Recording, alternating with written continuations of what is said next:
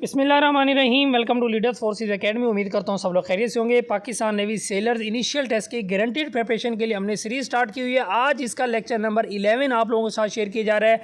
Already 10 lecture बहुत detail में मैंने आपको पढ़ा दिए हैं। मोस्ट इंपॉर्टेंट रिपीटेड क्वेश्चन जो पाकिस्तान नेवी सेलर्स के मुख्तलिफ टेस्ट सेंटर्स के अंदर बार बार रिपीट हो चुके हैं, वो क्वेश्चन भी और उनसे रिलेटेड क्वेश्चन भी आपको बहुत ज़्यादा एक्स्ट्रा इन्फॉर्मेशन के साथ, कॉन्सेप्ट्स के साथ बहुत इंटरेस्टिंग वे में शेयर किए जाते हैं। तो वीडियो को अंत तक वॉच करना है। चैनल को सब्सक्राइब नहीं किया तो काइंडली चैनल को सब्सक्राइब कर लें, बेल आइकन प्रेस करें ताकि हमारे इसी तरह के डेली के इन्फॉर्मेटिव लेक्चर आप लोगों तक पहुंचते रहें। स्टार्ट करते हैं आज का लेक्चर। क्वेश्चन नंबर 1 हमारे पास है, नांगा पर्वत is located in which mountain range. सबसे पहले देखो यहाँ पे आपके पास माउंटेन से रिलेटेड जितने भी क्वेश्चन आते हैं मैं कोशिश करूँगा वो सारी इन्फॉर्मेशन यहाँ पर आपको क्लियर कर दूँ, ठीक है।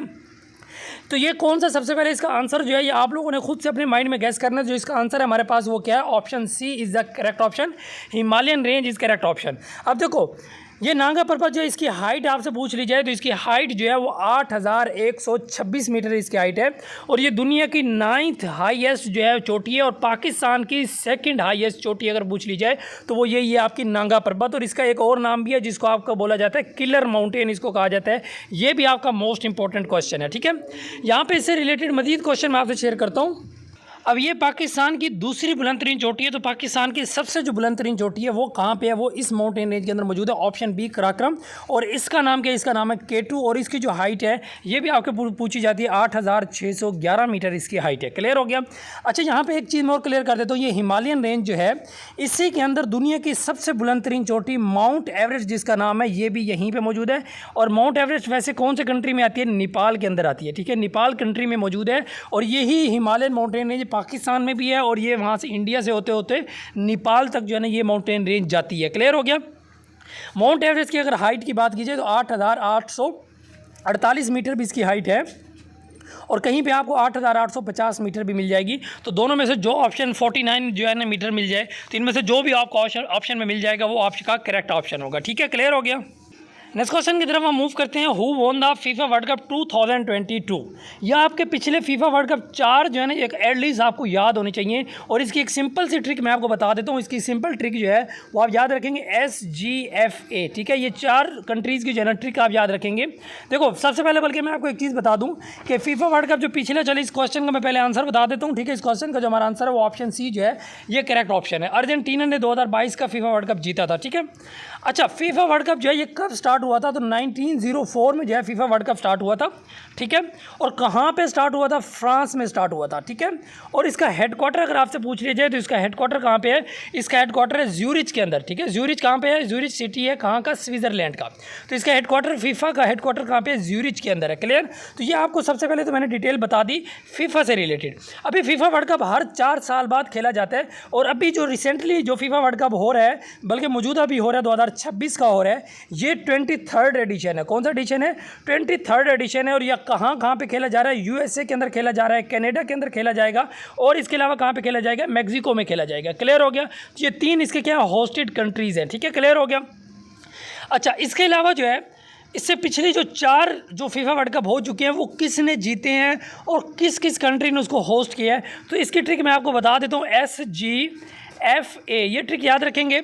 ये विनर कंट्रीज़ की ट्रिक है। एस से आपके पास पे देखो इससे पहले कब हुआ, 2010 में हुआ, फिर 2014 में हुआ, फिर 2018 में हुआ और फिर 2022 में हुआ। क्लियर हो गया। अब 2010 वाला जो है ये जीता स्पेन ने। ऐसे क्या आ गया हमारे पास, स्पेन आ गया। जी से हमारे पास आ गया जर्मनी, F से आ गया फ्रांस और ए से हमारे पास 2022 वाला ये किसने जीता, अर्जेंटीना ने। और 2026 वाला भी हो रहा है। क्लियर हो गया। इनके होस्टेड कंट्री भी मैं बता देता हूँ। देखो 2010 वाला जो है इसका होस्टेड कंट्री था साउथ अफ्रीका। साउथ अफ्रीका में ये फीफा वर्ल्ड कप हुआ था। 2014 वाला ब्राज़ील में हुआ है। 2018 वाला जो है ये रशिया में हुआ था और 2022 वाला जो है ये कहाँ पे हुआ है, ये कतर में हुआ है। और अभी वाला 2026 वाला USA, कनाडा एंड मैक्सिको में हो रहा है। क्लियर हो गया। तो ये जितने भी MCQs मैंने आपको बता दी ये आपके मोस्ट इंपॉर्टेंट है और ये आपसे पेपर में लाजमी पूछे जाते हैं। नेक्स्ट हमारे पास क्वेश्चन है, the line through the centre touching 2 points on the circle. देखो ये हमारे पास सर्कल है, एक लाइन जो है वो सेंटर से गुजर के जाए, कहाँ से गुजर के जाए, सेंटर से गुजर के जाए और दो पॉइंट्स को जो है ना वो टच करे, इस लाइन को हम क्या बोलते हैं, इसको बोलते हैं डायमीटर। क्या बोलते हैं? यहाँ पे मैं एक और सर्कल बना देता हूँ, यहाँ पे देखो एक और सर्कल है, ये इसका सेंटर है।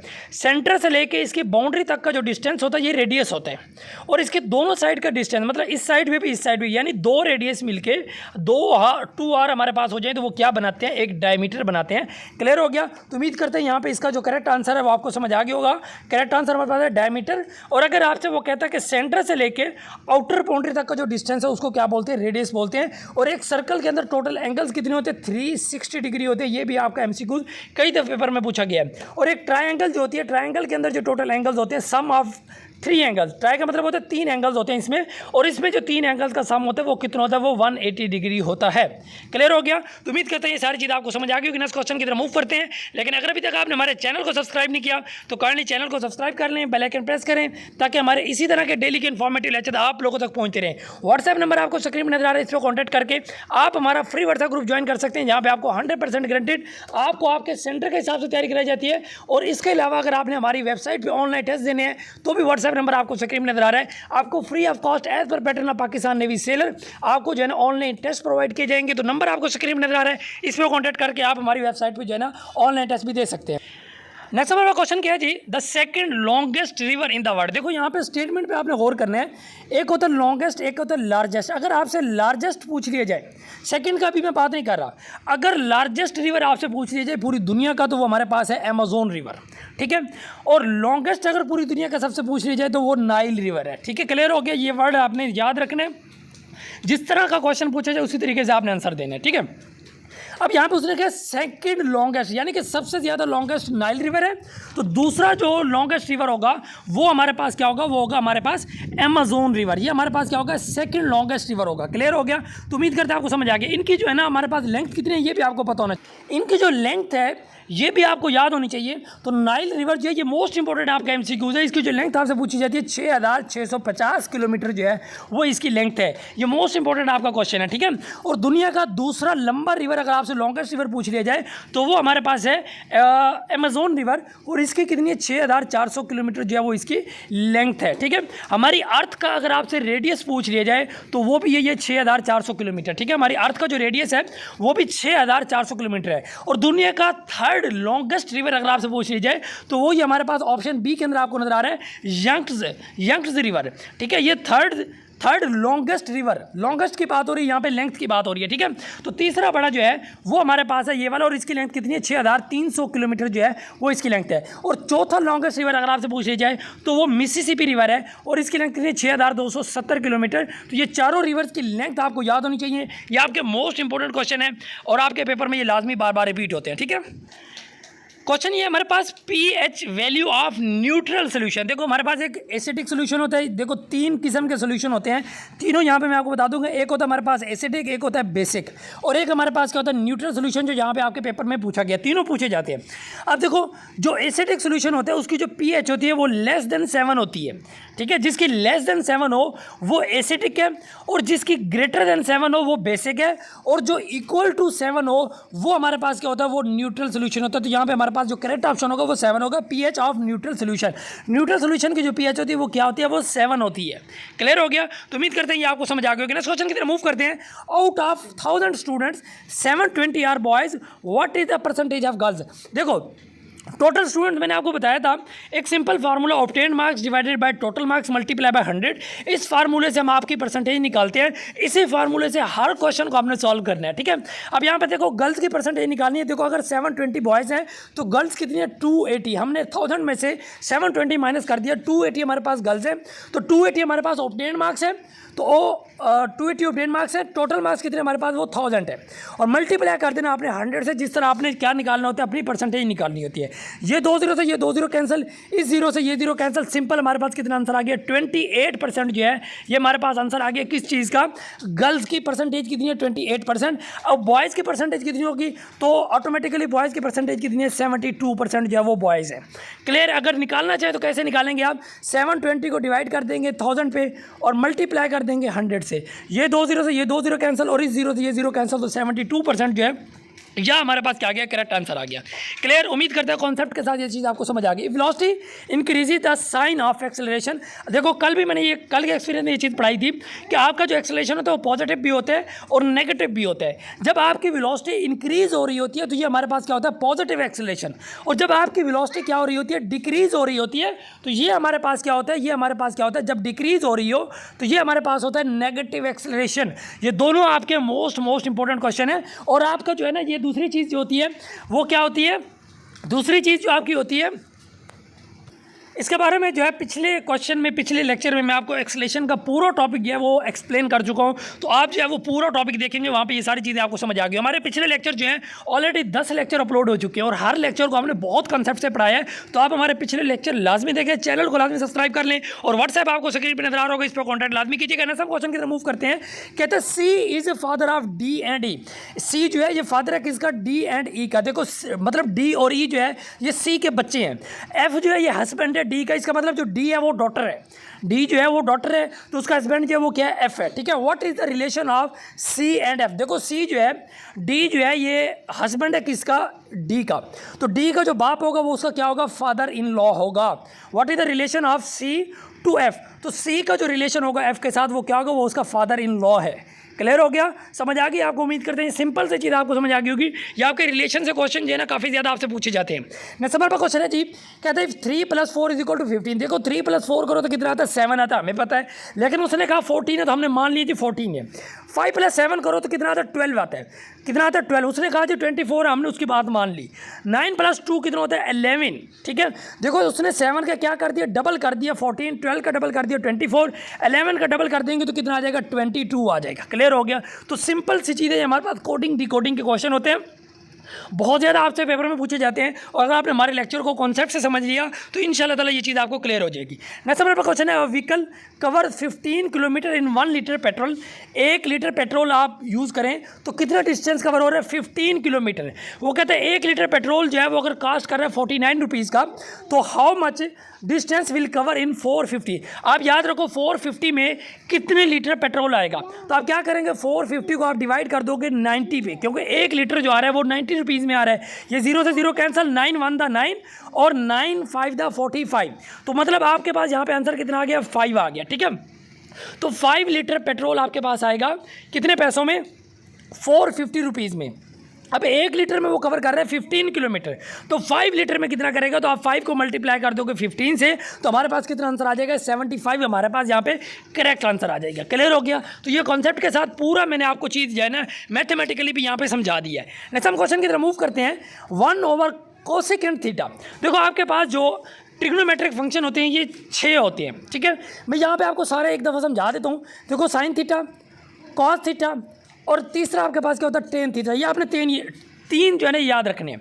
साइन का जो उलट होता है वो क्या होता है, वो होता है आपके पास कोसिकेंट थीटा। 1 / कोसिकेंट थीटा अगर आपके पास आ जाए तो वो किसके इक्वल होता है, साइन थीटा के इक्वल होता है। और 1 / सेकेंड थीटा अगर आपके पास आ जाए तो वो किसके इक्वल होता है, कॉस थीटा के। और 1 / कॉट थीटा जो होता है ये किसके इक्वल होता है, टेन थीटा के। क्लियर हो गया, ये 6 ट्रिग्नोमेट्रिक फंक्शन मैंने आपको बता दिए। आपको यहाँ पे ये क्वेश्चन इस तरह से भी पूछता है, वो कहेगा साइन का रेसिप्रोकल क्या होता है, तो आपने क्या कहना है, कोसिकेंट थीटा। वो आपसे कहेगा कॉस का जो है ना रेसिप्रोकल क्या होता है, तो आपने कहना सीकेंट थीटा।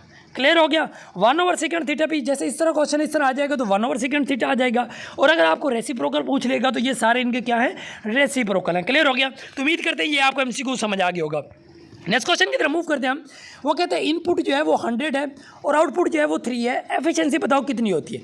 देखो एफिशिएंसी का फार्मूला क्या होता है, वो हमारे पास output divided by input multiply by 100। आप इससे क्या करते हैं, एफिशिएंसी का फार्मूला ये सिंपल आप याद रखेंगे।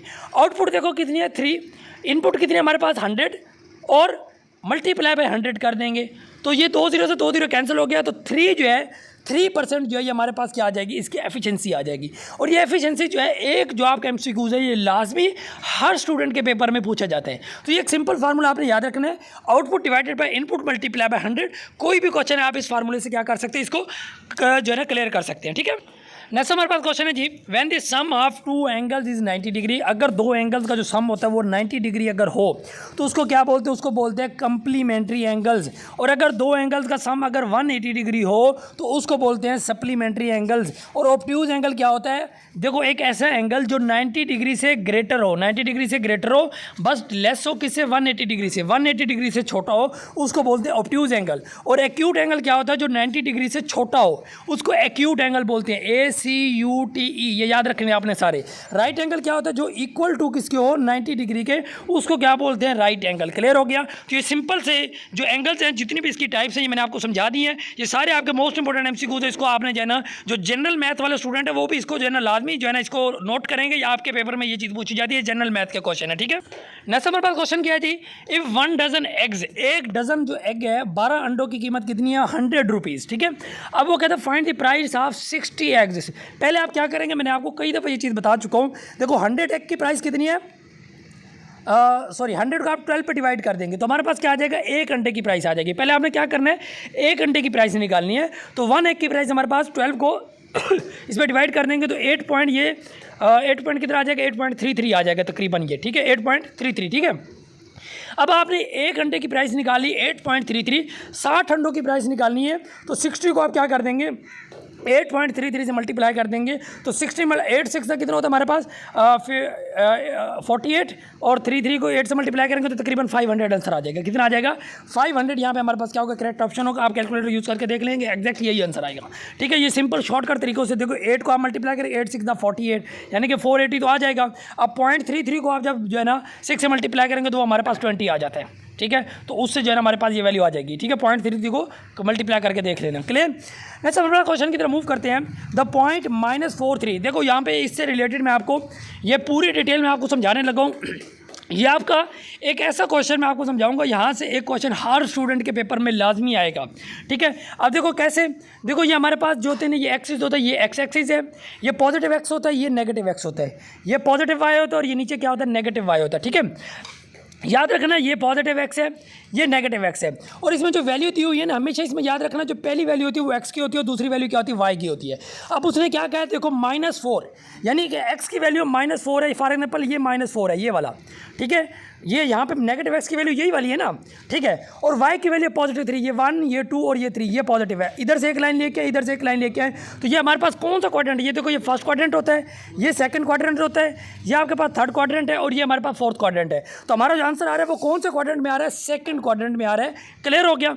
अब एक ऐसा क्वेश्चन आपके पास आ जाए जिसमें एक्स की वैल्यू नेगेटिव हो, जैसे ये एक्स की वैल्यू नेगेटिव है, वाई की वैल्यू भी -2 आ जाए, फॉर एग्जाम्पल ये 2 है, तो इन दोनों का पॉइंट कहाँ पे बनेगा, ये नीचे बनेगा। तो ये कौन सा क्वाड्रेंट आएगा, हमारे पास थर्ड क्वाड्रेंट आएगा। और एक ऐसी वैल्यू आ जाए जिसमें एक्स पॉजिटिव हो, वाई नेगेटिव हो, वाई नेगेटिव ये 2 रहा, देखो यही वाला, एक्स पॉजिटिव ये 3 है, इससे हम ये वैल्यू लेके आएंगे, देखो ये फोर्थ क्वाड्रेंट बन गया। और अगर एक्स भी पॉजिटिव हो, वाई भी पॉजिटिव हो, तो फिर हमारे पास कौन सा क्वाड्रेंट बनेगा, फर्स्ट क्वाड्रेंट बनेगा। तो उम्मीद करते हैं ये सिंपल सी चीज़ आपको समझ आ गई होगी। आपने जस्ट इतना याद रखना है कि पहली वैल्यू जो होती है वो एक्स की होती है, दूसरी वैल्यू जो होती है वाई की होती है, और ये आपने जो है ना ये एक क्वाड्रेंट्स याद रखना है, ये पहला क्वाड्रेंट है, ये सेकंड क्वाड्रेंट है, ये थर्ड क्वाड्रेंट है, और ये वाला कौन सा, फोर्थ क्वाड्रेंट है। इससे आप जो इजीली इसको सॉल्व कर सकते हैं। सोर्स ऑफ इंडस रिवर जो है पाकिस्तान का सबसे बड़ा रिवर है, और इसका जो सोर्स है ये वाली लेक है, ये आपने याद रखनी है, मोस्ट इंपॉर्टेंट ये आपका MCQs है, बार बार पेपर के अंदर ये रिपीट हो चुका है।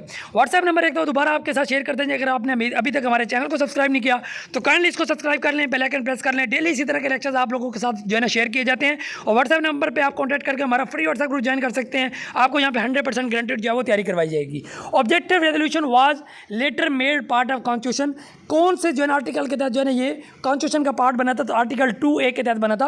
और ऑब्जेक्टिव रेजोल्यूशन कब पास हुई थी, 12 मार्च, ये एग्जैक्ट डेट आपने याद रखनी है, 12 मार्च 1949 को।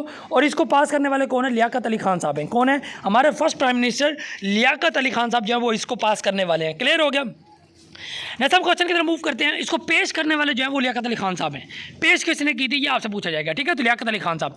विच part of an atom has no charge, atom कैसे एक ऐसा पार्ट जिसपे कोई चार्ज नहीं है उसको न्यूट्रॉन कहते हैं, जिसपे नेगेटिव चार्ज उसको इलेक्ट्रॉन कहते हैं, जिसपे पॉजिटिव चार्ज उसको क्या बोलते हैं, प्रोटॉन बोलते हैं। और एक एटम का जो सेंट्रल पार्ट होता है उसको क्या बोलते हैं, उसको न्यूक्लियस बोलते हैं। क्लियर हो गया? तो उम्मीद करते हैं यहाँ तक ये सारी चीज़ आपको समझ आ गई होगी। नेक्स्ट क्वेश्चन की तरफ मूव करते हैं। A train of 150 metre length passes a pole in 20 second. देखो लेंथ कितनी है, डिस्टेंस कितना, 150 को आप इस टाइम पे क्या कर देंगे, डिवाइड कर देंगे। 0 से 0 कैंसिल, कितना आंसर आ गया, 15 सेकंड जो है उसने क्या बोला, उसकी स्पीड क्या है, 15 मीटर पर सेकंड के हिसाब से वो क्या कर रही है, मूव कर रही है। 15 मीटर पर सेकंड में वो मूव कर रही है। तो 10 सेकंड के अंदर उसने जो है ना वो पोल जो है वो जो एक जो है ना आप फ्लाईओवर कह लें, जो कुछ भी कह लें, उसने वो क्या कर लिया, क्रॉस कर लिया। यहाँ पे हमारा करेक्ट आंसर क्या होगा, 15 मीटर पर सेकंड। क्लियर हो गया? ये हमारे पास जो है ना स्पीड का फार्मूला क्या होता है, डिस्टेंस ओवर में टाइम होता है, उसी फार्मूले से मैंने इसको सॉल्व किया। क्लियर हो गया? नेक्स्ट हम क्वेश्चन की तरफ मूव करते हैं। The ratio of the boys to girl is 3:5। ठीक है, ये मैथ का क्वेश्चन है आपका। देखो और आगे क्या कहते हैं, टोटल स्टूडेंट 64 हैं। ठीक है, ये आपका इंपॉर्टेंट पॉइंट है। नंबर ऑफ गर्ल्स, देखो पहले बॉयज़ है, बॉयज़ की रेशियो 3 है और गर्ल्स की रेशियो 5 है। पहले आपने सम ऑफ रेशियो निकालना है, 3 + 5 कर देंगे तो सम ऑफ रेशियो कितना आ गया, 8 आ गया। अभी किसकी रेशियो निकालनी है, गर्ल्स की। गर्ल्स की रेशियो कितनी है, 5। तो 5 को आप डिवाइड कर देंगे सम ऑफ रेशियो से, मल्टीप्लाई कर देंगे टोटल से। देखो 8 × 1 = 8 और 8 × 8 = 64। 8 को 5 से मल्टीप्लाई करेंगे कितना आ जाएगा, 40। यहाँ पे हमारे पास क्या आ जाएगा, करेक्ट आंसर आ जाएगा। अगर यहाँ पे आपसे पूछा जाता बॉयज़ की रेशियो निकालनी है, तो बॉयज़ यहाँ पे कितने, 3 हैं। बॉयज़ की रेशियो कितनी है, 3 है। सम ऑफ रेशियो कितना था, 8। ठीक है, वही चीज़ obtain marks divided by total marks. ठीक है, यहाँ पे मल्टीप्लाई आपने करना है जो टोटल चीज़ है उसी से। ठीक है, 64 से। 8 × 1 = 8 और 8 × 8 = 64। 8 को 3 से मल्टीप्लाई करेंगे 24। 24 गर्ल्स हैं, 24 बॉयज़ हैं, 40 गर्ल्स हैं। दोनों को प्लस करोगे तो यही हमारे पास 64 आंसर आ जाएगा। क्लियर हो गया? उम्मीद करते हैं ये आपको समझ आ गया होगा। नेक्स्ट क्वेश्चन की तरफ मूव करते हैं। अब इस क्वेश्चन में वो आपको क्या कहता है, कोडिंग डिकोडिंग के क्वेश्चन पूछे जाते हैं। लॉजिक की जगह उसने लिखा है MPHJD। देखो एल की जगह पे एल के बाद क्या आता है, M, उसने उसके बाद वाला डिजिट लिख दिया। O के बाद आता है P, उसने उसकी जगह पे P लिख दिया। सबके बाद सबकी जगह पे उसके बाद वाला डिजिट लिख दिया। अब डाटा की जगह पे हम क्या लिखें, D के बाद क्या आता है E, A के बाद क्या आता है B, T के बाद MNOPQRS, T के बाद क्या आता है U और A के बाद क्या आता है B। तो आपको ये EBUB ऑप्शन ए के अंदर आपको ये करेक्ट ऑप्शन नजर आ रहा है। क्लियर हो गया? तो उम्मीद करते हैं ये आपको समझ आ गया होगा। ठीक है, नेक्स्ट क्वेश्चन की तरफ मूव करते हैं। तो एंटोनिम ऑफ रिजिड, रिजिड का अपोजिट मीनिंग बताना। रिजिड का मतलब क्या होता है, सख्त। ठीक है, अब इसका अपोजिट आपने बताना तो वो क्या होगा, फ्लेक्सिबल होगा। अब इसका सेम मीनिंग वर्ड पूछे तो हार्ड भी इसका सेम मीनिंग वर्ड है, सॉलिड भी है, फर्म भी है। ठीक है, तो इसका अपोजिट क्या है, वो हमारे पास फ्लेक्सिबल है। क्लियर हो गया? नेक्स्ट क्वेश्चन की तरफ मूव करते हैं। फाइंड द नेक्स्ट टर्म, इसमें से नेक्स्ट टर्म आपने बतानी है। देखो 4 किसका स्क्वायर होता है, 2 का। 3 का स्क्वायर लिए 9, 4 का स्क्वायर लिए 16, 5 का स्क्वायर लिए 25, 6 का स्क्वायर लिए 36। अब 7 का स्क्वायर लेंगे तो कितना आएगा, 49 आएगा। क्लियर हो गया? तो हर वैल्यू को उसका क्या लेता जा रहा है, स्क्वायर लेता जा रहा है। नेक्स्ट क्वेश्चन की तरफ मूव करते हैं। Which has maximum inertia, inertia किसका सबसे ज़्यादा होता है। याद रखना, जिस चीज़ का मैस जितना ज़्यादा होगा उसका इनर्शिया उससे उतना ज़्यादा होगा। यहाँ पे एक और MCQs आपको मैंने बता दिया इसी एक सेंटेंस में, जो भी मैंने आपको बताया है। जिन लोगों को समझ आ गया वो अपना बताएं, अपने माइंड में रिवाइज करें। कौन सा MCQs है वो? MCQs ये है कि जो इनर्शिया है वो किस चीज़ पे डिपेंड करता है। तो आपने मैंने बता दिया किस चीज़ पे डिपेंड करता है, मैस पे। जिस चीज़ का जितना मैस ज़्यादा होगा उसका इनर्शिया उतना ज़्यादा होगा, जितना मैस कम होगा उसका इनर्शिया उतना कम होगा। अब यहाँ पे देखो बाईसाइकिल का उसने कहा विच है मैक्सिमम इनर्शिया, बाईसाइकिल का मैस कम है कार की निस्बत। ठीक है, तो ट्रक यहाँ पे क्या होगा, ट्रक का जो मैस है वो सबसे ज़्यादा है, तो इसलिए जो इनर्शिया होगा वो सबसे ज़्यादा किसका होगा, ट्रक का होगा। तो फर्स्ट न्यूटन का जो फर्स्ट लॉ ऑफ मोशन है उसको लॉ ऑफ इनर्शिया भी कहा जाता है। ये भी आपको मैंने एक अलग MCQs बता दिया। क्लियर हो गया? तो उम्मीद करते हैं आपको समझ आ गया होगा। आज के लिए इतना ही है। तो उम्मीद करते हैं हमारा लेक्चर आपको पसंद आए। लेक्चर पसंद आए तो काइंडली चैनल को लाजमी सब्सक्राइब कर लें, बेल आइकन प्रेस करें ताकि हमारे इसी तरह के डेली के इन्फॉर्मेटिव लेक्चर आप लोग तक पहुँचते रहें। व्हाट्सएप नंबर आपको स्क्रीन पर नजर आ रहा है, इस पर कॉन्टैक्ट करके आप हमारा लाजमी फ्री व्हाट्सएप ग्रुप ज्वाइन कीजिएगा। आपको आपके सेंटर के हिसाब से तैयारी करनी है, जो ऑनलाइन टेस्ट देना चाहते हैं हमारी वेबसाइट पे, तो आप जो है इस नंबर पे कॉन्टैक्ट कर सकते हैं। दुआ में याद रखिएगा। Thank you so much. अल्लाह हाफिज़।